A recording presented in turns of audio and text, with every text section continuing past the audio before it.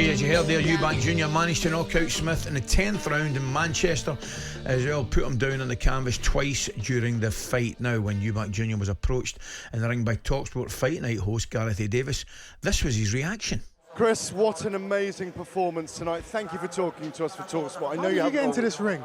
I bypassed security with my blue shades on. You're the sneakiest guy in journalism, I swear. But you've earned this very rare interview. I don't do interviews in the ring with anybody, but you've got up here.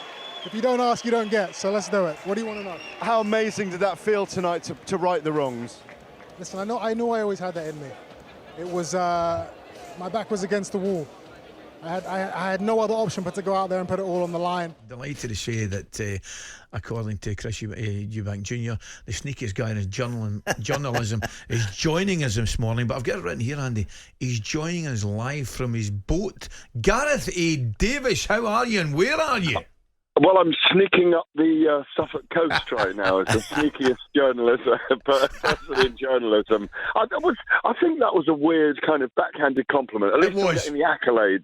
Yeah. So it's a funny one with Chris because a brilliant performance on Saturday night, by the way, a world-class performance. I think. No, he hadn't spoken to talkSPORT all week as well, and I think that kind of took him by surprise because, obviously there's been this issue about his father being interviewed on White and Jordan, and there's been a bit of a fallout over it, and he was unhappy with things that were said on that show, and so we kind of righted the wrongs, if you like. But, the thing is about Chris, I've known him for a really long time, about probably 15 years, and I've always had a great respect for him, and I really do think he is capable of being world-class and having these big fights still against the likes of Gennady Golovkin and Canelo and Conor Benn, and I think he was. I think it was a backhanded compliment what happened there actually on Saturday night when I jumped in the ring. I don't think there's any doubt about it, Gareth. It certainly was. But I want to ask you something, right?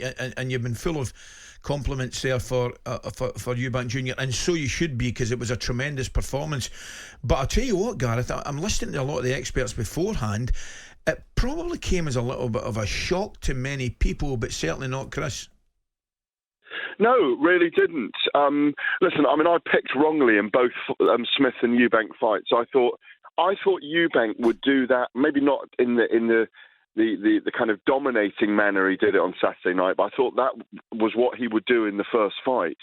And obviously he crumpled like a shirt into a suitcase in that first fight in the fourth round, and yet it was so dominant on Saturday night. It looked like something was wrong with Liam Smith, and it did look like he had ankle issues. Spencer Oliver on commentary spotted that in the second round, and as Smith revealed afterwards, he was trying to shed about 40 pounds because of his back injury, nearly 3 stone. These guys are not young. Eubank 33, about to be 34. Smith 35. They both had long careers, but I think what Eubank did on Saturday night, and it was an amazing atmosphere, by the way. When that Manchester Arena is full of 20,000 people, I go back to the days of Ricky Hatton and Kostya Tszyu, and that was when he won the world title against Kostya Tszyu, and some amazing nights last year. We were there with Amir Khan and Kell Brook. It's an incredible place. Fight fans love it there, and I think it was a very partisan atmosphere against Chris Eubank Jr, and a lot of support there for Liam Smith.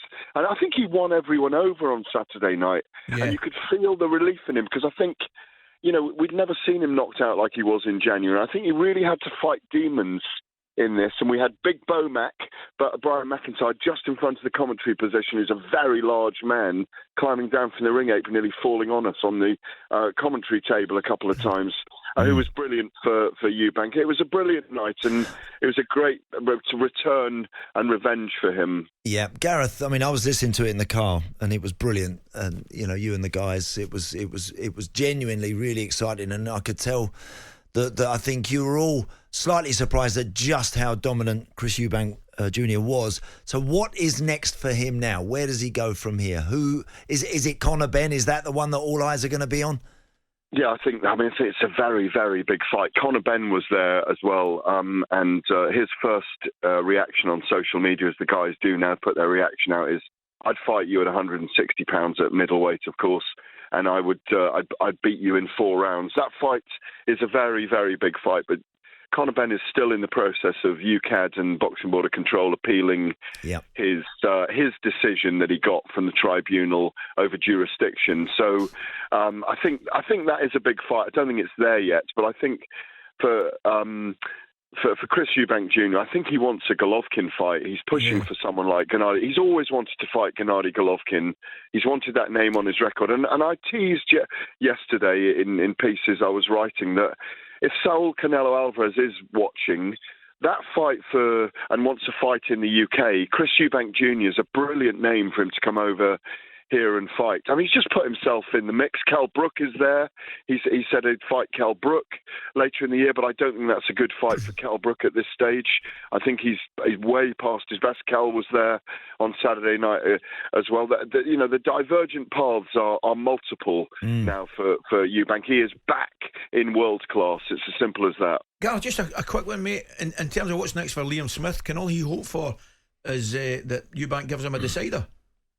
Yeah, I mean, the weird thing is the first fight was emphatic and fast in 4 rounds, and obviously Smith was the great victor.